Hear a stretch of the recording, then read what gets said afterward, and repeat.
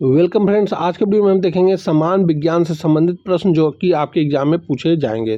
तो चलिए मैं इस वीडियो को शुरू करता हूं। आज का हमारा पहला प्रश्न है कि एक दंत चिकित्सक द्वारा रोगी के दांतों की जांच के लिए किस प्रकार के दर्पण का उपयोग किया जाता है। तो उस दर्पण का नाम है अवतल दर्पण। इस प्रश्न का आप व्याख्या देखेंगे कि अवतल दर्पण किसी वस्तु का एक आवर्धित बड़ा और सीधा आभासी प्रतिबिंब बना सकता है जब वस्तु को उसके फोकस और ध्रुव के बीच रखा जाता है। इस गुण का उपयोग करके दंत चिकित्सक दांत के छोटे हिस्सों को बड़ा करके आसानी से देख पाते हैं। हमारा अगला प्रश्न है कि फलों के रस को सुरक्षित रखने के लिए किस रसायन का उपयोग किया जाता है। तो उस रसायन का नाम है सोडियम बेंजोएट। इस प्रश्न का आप व्याख्या देखेंगे कि सोडियम बेंजोएट एक प्रभावित खाद्य परीक्षक है।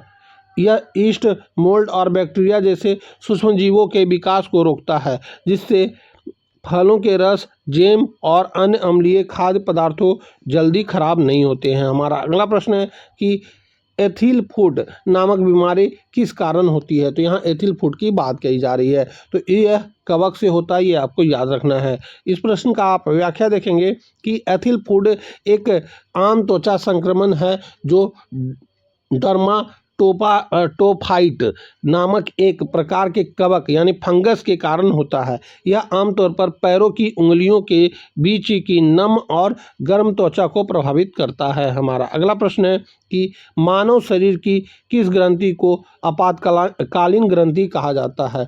यहाँ आपातकालीन ग्रंथि की बात कही जा रही है। तो यह अधिवृक्क ग्रंथि को कहा जाता है, यानी एड्रिनल ग्लैंड को कहा जाता है। इस प्रश्न को आप व्याख्या देखेंगे कि जब हम किसी तनावपूर्ण, खतरनाक या आपातकालीन स्थिति का सामना करते हैं, जो अधिवृक्क ग्रंथि तुरंत एड्रिनल और नॉरएड्रेनालिन नामक हार्मोन स्रावित करती है। ये हार्मोन लड़ो या उड़ो प्रतिक्रिया को सक्रिय करते हैं, जिससे शरीर उस स्थिति का सामना करने के लिए तैयार हो जाता है। हमारा अगला प्रश्न है कि समुद्र के पानी का नीला रंग किस घटना के कारण दिखाई देता है।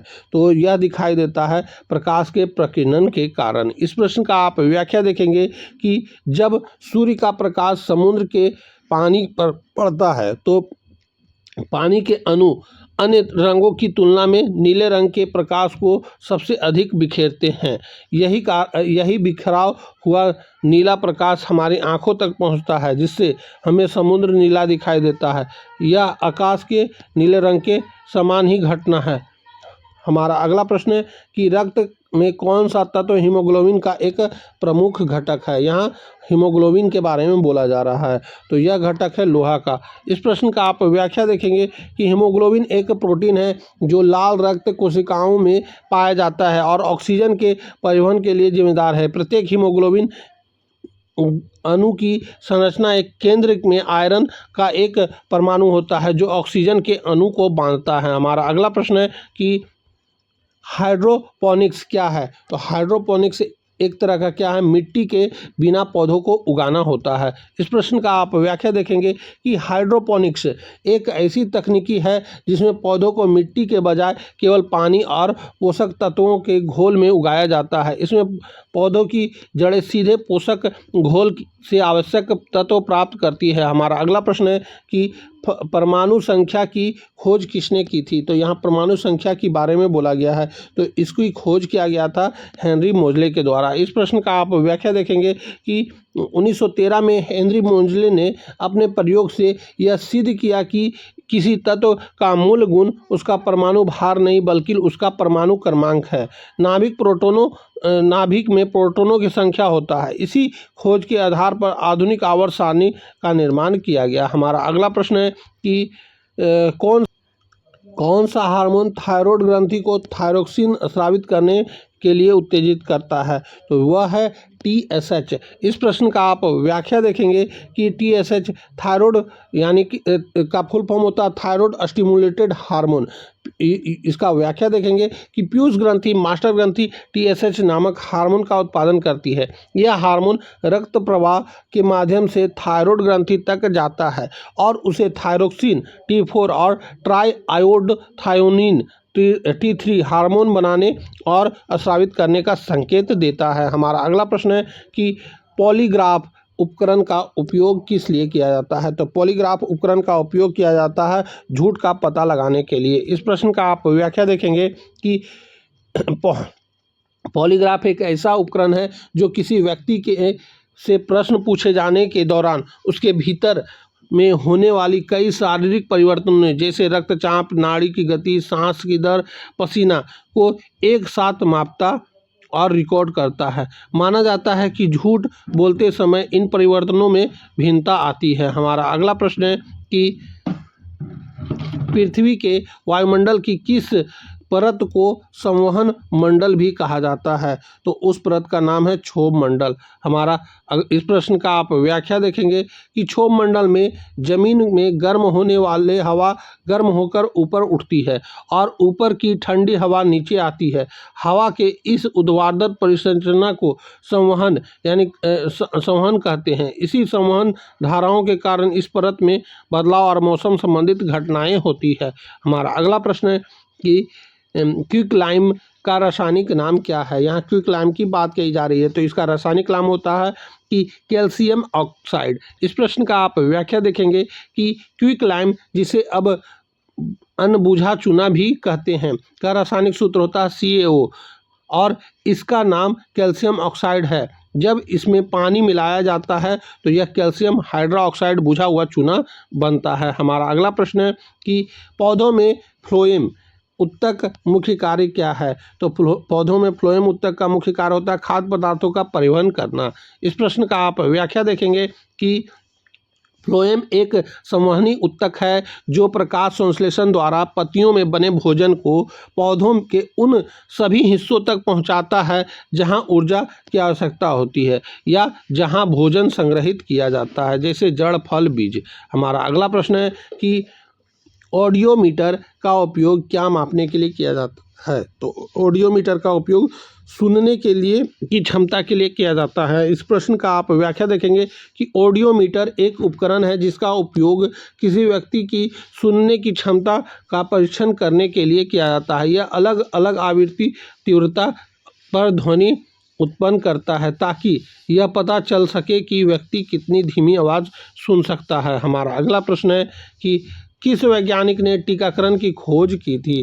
तो उस वैज्ञानिक का नाम है दोस्तों एडवर्ड जेनर। इस प्रश्न का आप व्याख्या देखेंगे कि 1796 में एडवर्ड जेनर ने चेचक के टीके की खोज की थी जो टीकाकरण के क्षेत्र में एक क्रांतिकारी कदम था। उन्हें प्रतिरक्षा विज्ञान का जनक भी कहा जाता है, ये आपको याद रखना है। हमारा अगला प्रश्न है कि स्टेथोस्कोप किस सिद्धांत पर काम करता है? तो स्टेथोस्कोप जो है यह काम करता है ध्वनि का प्रावर्तन सिद्धांत पे। इस प्रश्न का आप व्याख्या देखेंगे कि स्टेथोस्कोप की ट्यूब एक के अंदर हृदय या फेफड़ों से आने वाली ध्वनि तरंगे बार बार परावर्तित होती है। यह परावर्तित ध्वनि की तीव्रता को बनाए रखता है और उसे डॉक्टर के कानों तक स्पष्ट रूप से पहुंचाता है। हमारा अगला प्रश्न है कि लाल और नीले रंग के प्रकाश को मिलाने से कौन सा रंग बनता है? तो लाल और नीला रंग को मिलाने से जो कलर बनता है उस कलर का नाम है मेजेंटा। इस प्रश्न का आप व्याख्या देखेंगे कि प्रकाश के योजक मिश्रण में जब लाल नीले रंग का प्रकाश एक साथ मिलाया जाता है तो वे मेजेंटा रंग बनते हैं। लाल, हरा और नीला तीनों मिलाने पर सफ़ेद रंग बनता है, ये आपको याद रखना है। हमारा अगला प्रश्न है कौन सा विटामिन एक एंटीऑक्सीडेंट के रूप में कार्य करता है? तो उस विटामिन का नाम है दोस्तों विटामिन सी। इस प्रश्न का आप व्याख्या देखेंगे कि विटामिन सी एस्कॉर्बिक एसिड एक शक्तिशाली एंटीऑक्सीडेंट है। यह शरीर में हानिकारक फ्री रेडिकल्स को निष्क्रिय करता है जो कोशिकाओं को नुकसान पहुंचाने सकता है और उम्र बढ़ाने और बीमारियों को का कारण बन सकता है। विटामिन ई भी एक प्रमुख एंटीऑक्सीडेंट होता है, ये आपको याद रखना है। हमारा अगला प्रश्न है एक्रिलिक को समानता किस नाम से जाना जाता है?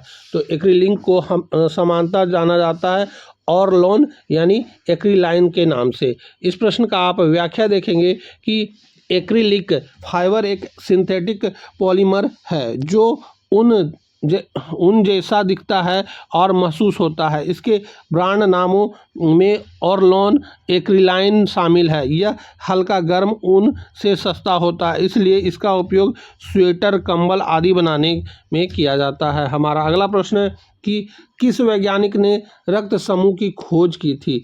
तो रक्त समूह की खोज के बारे में बोला गया है, तो यह खोजा गया था कार्ल लैंडस्टीनर के द्वारा। इस प्रश्न का आप व्याख्या देखेंगे कि 1901 में ऑस्ट्रेलियाई वैज्ञानिक कार्ल लैंडस्टीनर ने मुख्य रक्त समूह ABO की खोज की, जिससे सुरक्षित रक्त आदान संभव हो सका। इस खोज के लिए उन्होंने 1930 में नोबेल मिला, ये आपको याद रखना है। हमारा अगला प्रश्न है, विद्युत अपघटन के नियम किसने दिए थे?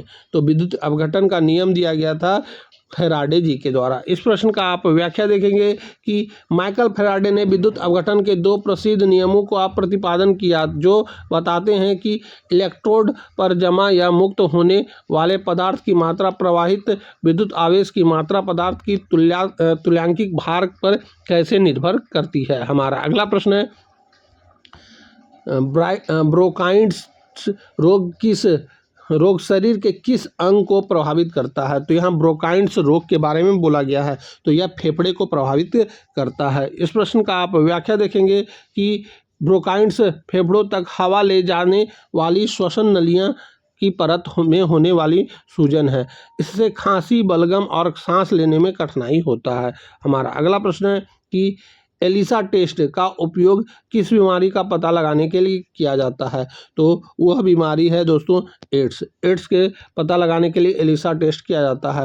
इस प्रश्न का आप व्याख्या देखेंगे, एलिसा टेस्ट एक सामान्य स्क्रीन टेस्ट है जिसका उपयोग रक्त में HIV के खिलाफ उत्पन्न एंटीबॉडी का पता लगाने के लिए किया जाता है, जो एड्स का कारण बनता है। हमारा अगला प्रश्न है कि एक्वारिजिया में हाइड्रोक्लोरिक अम्ल और नाइट्रिक अम्ल का अनुपात कितना होता है?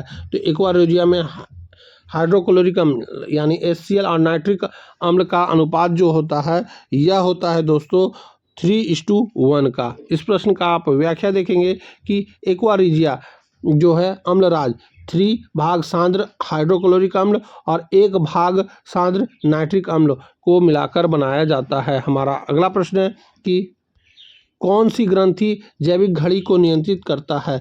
तो वह ग्रंथि का नाम है दोस्तों पिनियल ग्रंथि। इस प्रश्न का आप व्याख्या देखेंगे कि पिनियल ग्रंथि जो है मस्तिष्क में स्थित छोटी सी पिनियल ग्रंथि मेलाटोनिन नामक हार्मोन का स्राव करती है। मेलाटोनिन का उत्पादन प्रकाश का निर्भर करता है, अंधेरे में अधिक, प्रकाश में कम, और यह हमारे सोने जगाने के चक्र यानी शरीर के जैविक घड़ी को नियंत्रित करता है। तो दोस्तों यहीं पे हमारा इस वीडियो का 25 क्वेश्चन पूरा होता है। 25 क्वेश्चन में से आपके कितने प्रश्न सही हुए हैं आप हमें कमेंट जरूर करेंगे, और इस वीडियो को हो सके तो अपने दोस्तों में भी शेयर करें ताकि वो भी इस वीडियो को देखकर लाभ उठा सकें।